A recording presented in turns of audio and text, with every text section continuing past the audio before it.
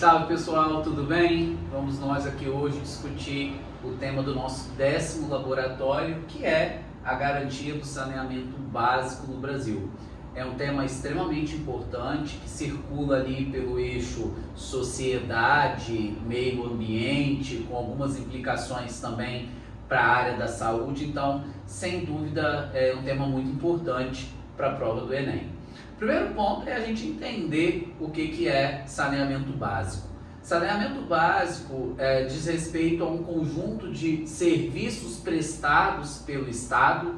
Então, de saída, você já precisa entender que o acesso ao saneamento básico é um direito constitucional dos cidadãos, ou seja, é um direito que o Estado assegura dentro da nossa Carta Magna, Constituição de 88, mas que a gente vai perceber que na prática isso não se efetiva, né? O saneamento básico não se faz presente em todos os lugares do país. Então é um conjunto de serviços aí para garantir o desenvolvimento socioeconômico de um lugar. Então, basicamente, saneamento básico vai se restringir a coleta e distribuição de água potável, tratamento das redes de esgoto e a gestão do lixo. Sem esses três serviços, a gente não consegue, dizer que há saneamento básico em uma determinada localidade.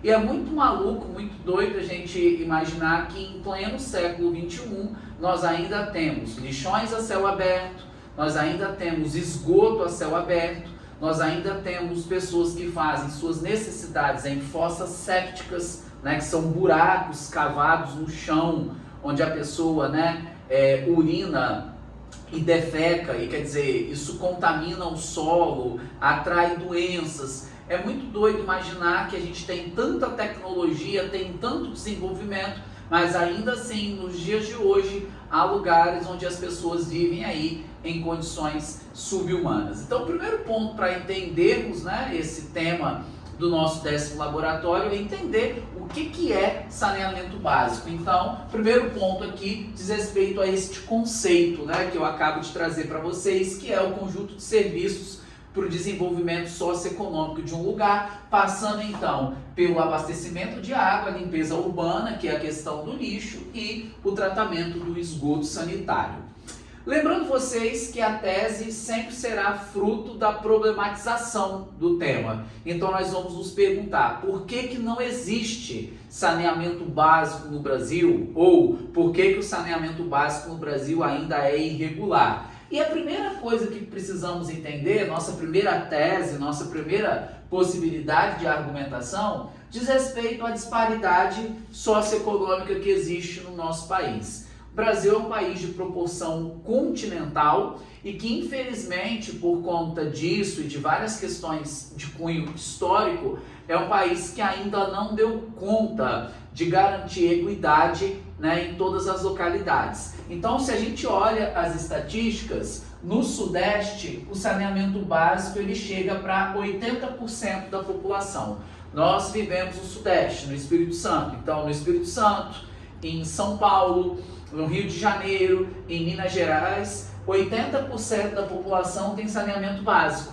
Mas se a gente vai, por exemplo, para o Norte, o saneamento básico ele chega para 20% da população apenas. Então, você inverte a pirâmide e a disparidade fica notória. Então, aqui no nosso estado, no Espírito Santo, nós temos então 80% das pessoas tendo lixo, esgoto e água potável, mas você vai, por exemplo, para o norte, você vai encontrar locais onde as pessoas ainda moram em casas de palafita e fazem suas necessidades em fossas sépticas. Então, a primeira possibilidade de argumentar diz respeito ao seguinte, que as áreas que não possuem saneamento básico são áreas carentes de outros serviços sociais também. O saneamento básico é mais uma coisa que falta nesses lugares. Áreas carentes de saneamento básico são carentes de educação, são carentes de segurança, são carentes de saúde, são carentes de boa alimentação, são carentes de acesso a lazer e à cultura, ou seja, são áreas onde há dezenas de déficits e o saneamento básico é mais um. como fruto aí de uma desigualdade socioeconômica e dessa disparidade, né, desse abismo que há no Brasil entre ricos e pobres, entre privilegiados e excluídos, tá certo? Então esse seria aí o primeiro argumento para vocês tratarem. O segundo argumento, ele é de cunho histórico, diz respeito à falta de planejamento das cidades brasileiras. O Brasil é um país que os grandes centros urbanos cresceram de maneira completamente acelerada. O processo de industrialização no nosso país ele foi muito atrasado, muito demorado em relação a outros lugares do mundo, mas quando resolveu acontecer, aconteceu de uma maneira muito intensa. E nesse sentido, não houve uma preparação das grandes cidades para poder receber o contingente de pessoas que praticavam o êxodo rural. De alguma maneira, a gente pode dizer também que isso se acentuou drasticamente com o fim da escravidão, né? A partir do momento que a escravidão ela é encerrada no nosso país, um volume grande de pessoas avança em direção aos grandes centros urbanos e aí começam a ser formados os cortiços, as favelas, as áreas de periferia. Começa a existir, né, hoje aquilo que a gente chama de gentrificação, né? Vai haver uma concentração muito grande das pessoas nos centros. Quem tem poder econômico vai adquirir terrenos, moradias nos centros, e quem não tem automaticamente vai ser empurrado para as zonas de periferia. É por isso que a gente tem esse retrato tão evidente em toda grande cidade brasileira. Acho que o Rio de Janeiro é o exemplo mais gritante disso, né? Você tem as áreas super ricas, super valorizadas, os metros quadrados mais caros e as favelas ao fundo. Por quê? Porque as pessoas que foram avançar em direção às favelas, aos morros, eram os excluídos que não encontraram espaço nas zonas centrais. E aí é óbvio, né, que trazendo aqui para a nossa realidade, você não vai ter esgoto a céu aberto na Praia do Canto, mas você vai ter esgoto a céu aberto em algum morro desse de periferia de Vitória. Então, por que isso acontece? Porque boa parte das cidades brasileiras, com pouquíssimas exceções, né, como Brasília, capital, né, do Distrito Federal, Brasília é uma cidade que cresceu com planejamento, as vias urbanas foram planejadas, você tem ali inclusive até mesmo uma mobilidade urbana muito melhor. Agora, quando a gente olha para a maior parte das cidades brasileiras, elas cresceram desordenadamente. O Estado perdeu o controle de tudo isso e, ao perder o controle de tudo isso, o saneamento básico se faz deficitário, principalmente nas áreas onde houve, né, a formação dos chamados bolsões de pobreza. Então, o segundo argumento é um argumento que vai trabalhar aqui, de certa maneira, o viés histórico.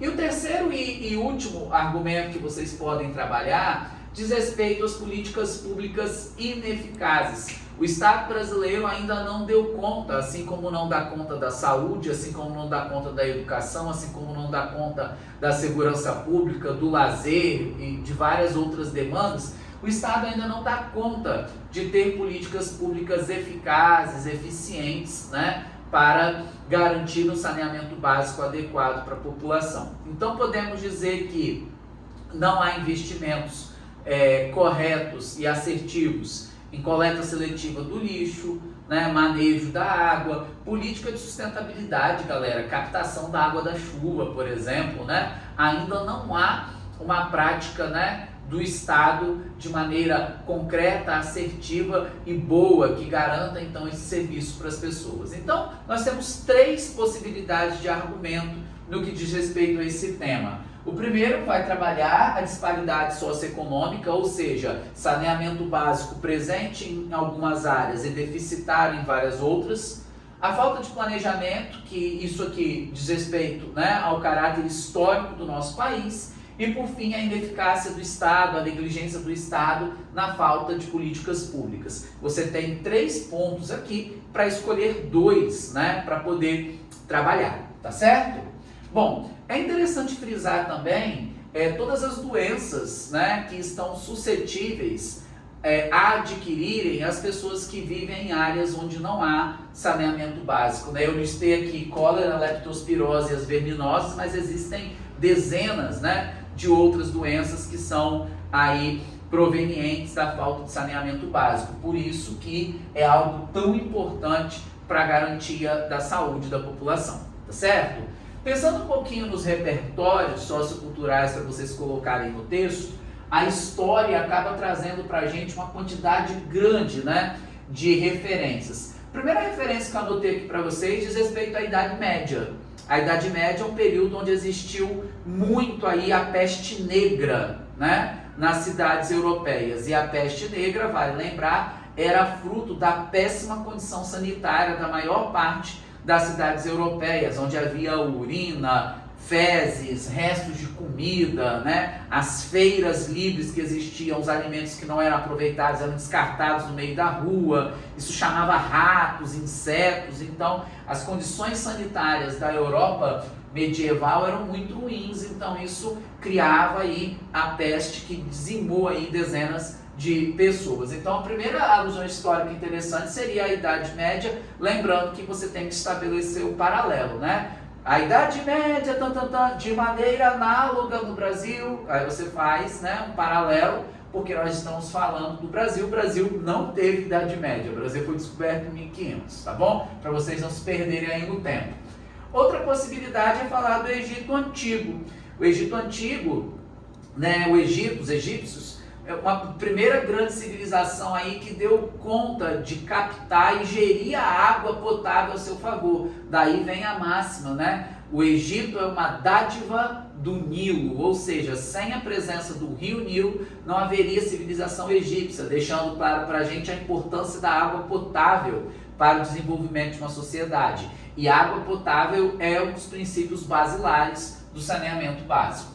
A abolição da escravidão, que é um momento em que a gente tem um crescimento desordenado das cidades e a formação dos bolsões de pobreza, onde o saneamento básico vai ser mais carente. Expliquei isso agorinha. A Constituição de 88, que garante para a gente o acesso ao saneamento básico, mas que na prática isso não é cumprido, ou seja, mais uma vez o Estado cria leis que não dá conta. E o processo de urbanização do Brasil, que foi um processo, né, no início aí do século XX, final do século XIX, início do século XX, um processo demorado, mas muito acelerado e sem planejamento prévio, tá bom? Então temos possibilidades aqui interessantes de fazermos alusões históricas.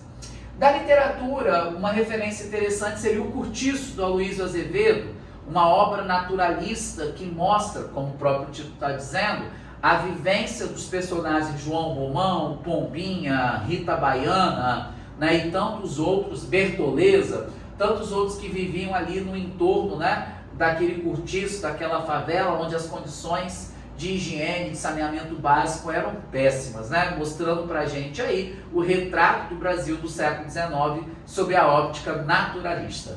Temos ainda um livro clássico, né, de Carolina de Jesus, leitura obrigatória para a USP, uma escritora negra, né, importantíssima, que é Quarto de Despejo. Quarto de Despejo, de Carolina de Jesus, é uma obra literária que mostra para a gente, sob o formato de um diário, né, o diário escrito por uma favelada, como era a situação das favelas cariocas no século XIX. E depois, o Vidas Secas, do Graciliano Ramos, uma obra de cunho modernista, da chamada ficção de 30. Os autores da ficção de 30 tinham como objetivo utilizar a literatura como instrumento de denúncia social, e ali o Graciliano está, de alguma maneira, denunciando a pobreza, a fome, a miséria, e uma grande busca dos personagens Fabiano, Sinhá Vitória, sua esposa, menino mais velho, menino mais novo, e a cachorrinha baleia, né, tão conhecida, né, dessa narrativa, é a busca pela sobrevivência, a tentativa de encontrar água potável, alimentação, ou seja, água potável, saneamento básico. Documentários, poderíamos citar dois. O primeiro deles é um documentário premiado no mundo inteiro, se chama Lugar de Toda Pobreza. Esse documentário mostra pra gente como era o bairro São Pedro, aqui em Vitória, nos anos 80 e 90. São Pedro, segundo a ONU, nos anos 80 e 90, era um dos lugares mais pobres do planeta, onde as pessoas comiam lixo, viviam no meio de palafitas, Esse documentário foi premiado no mundo inteiro, tem ele completo no YouTube e tenta mostrar pra gente como era na década de 80 e 90 um grande lixão a céu aberto que recebia lixo de todos os bairros aqui da Grande Vitória. E hoje, graças a Deus, aí já é um bairro totalmente urbanizado, com uma usina de tratamento de lixo, vários restaurantes turísticos em São Pedro, mas durante muito tempo São Pedro foi um grande lixão a céu aberto, onde famílias e mais famílias sobreviviam da coleta, né, e dos restos que haviam ali nos lixos. A mesma coisa acontece com Ilha das Flores, é outro documentário muito conhecido, mas que mostra então a região de Ilha das Flores, que é uma periferia de Vila Velha, onde havia também um grande lixão a céu aberto, assim como o lugar de toda a pobreza se refere a São Pedro. São dois documentários muito interessantes que estão lá no YouTube e que mostram aqui no Espírito Santo como era a pobreza absoluta em dois bairros considerados aí pela Organização das Nações Unidas um dos lugares mais pobres do planeta até então, tá certo? E depois uma novela, um clássico aí que fez um super sucesso, né? Talvez tenha sido a última grande novela da Rede Globo, que é a Avenida Brasil, né? Lembrando aí a história de Carminha, Tufão, né? Vários outros personagens lá, e que traziam pra gente o lixão ali, a vivência, a pobreza, a moradia das pessoas do lixão era o pano de fundo daquela história, né? Então, de alguma maneira, você conecta aqui a discussão de saneamento básico. Pensando, né, nos filósofos e sociólogos aí, eu cito aqui o Gilberto de Menstein com a ideia de cidadania de papel, lembrando que o acesso ao saneamento básico é um direito constitucional, mas que na prática ele não se efetiva, então é como se o Estado rasgasse o que está escrito na nossa Constituição, a Constituição de 88, então fica aqui sendo cidadania de papel, né, sob a ótica do Gilberto de Menstein em seu livro. O Zygmunt Bauman, com o conceito de instituições zumbi, o Estado se mostra que ineficaz, ineficiente, um zumbi quando não garante o acesso da população ao saneamento básico, ao mesmo tempo que isso também é violação do contrato social, segundo Locke e Rousseau. Assim como isso aqui também é não garantir o bem-estar social, segundo Aristóteles. Tá? Então são repertórios esses aqui, de alguma maneira, que trazem para a gente, né, o papel do Estado. É o tipo de tema que o vetor do problema é praticamente o Estado. A gente, enquanto população, impacta no saneamento básico? Impacta quando a gente não maneja corretamente o lixo. Quando eu taco o lixo na rua de qualquer jeito e aquilo ali depois vai se traduzir em alagamentos, quando eu não separo o meu lixo na coleta seletiva, tudo isso impacta no saneamento básico, mas a contribuição da população é muito pequena perto do tamanho da responsabilidade que o Estado tem em assegurar esse direito constitucional e que não o faz. Pensando na proposta de intervenção, temos aqui o Ministério do Meio Ambiente trabalhando a coleta adequada do lixo e o tratamento do esgoto, e o Ministério da Saúde fazendo aí campanhas educativas que orientem a população sobre o descarte correto do lixo.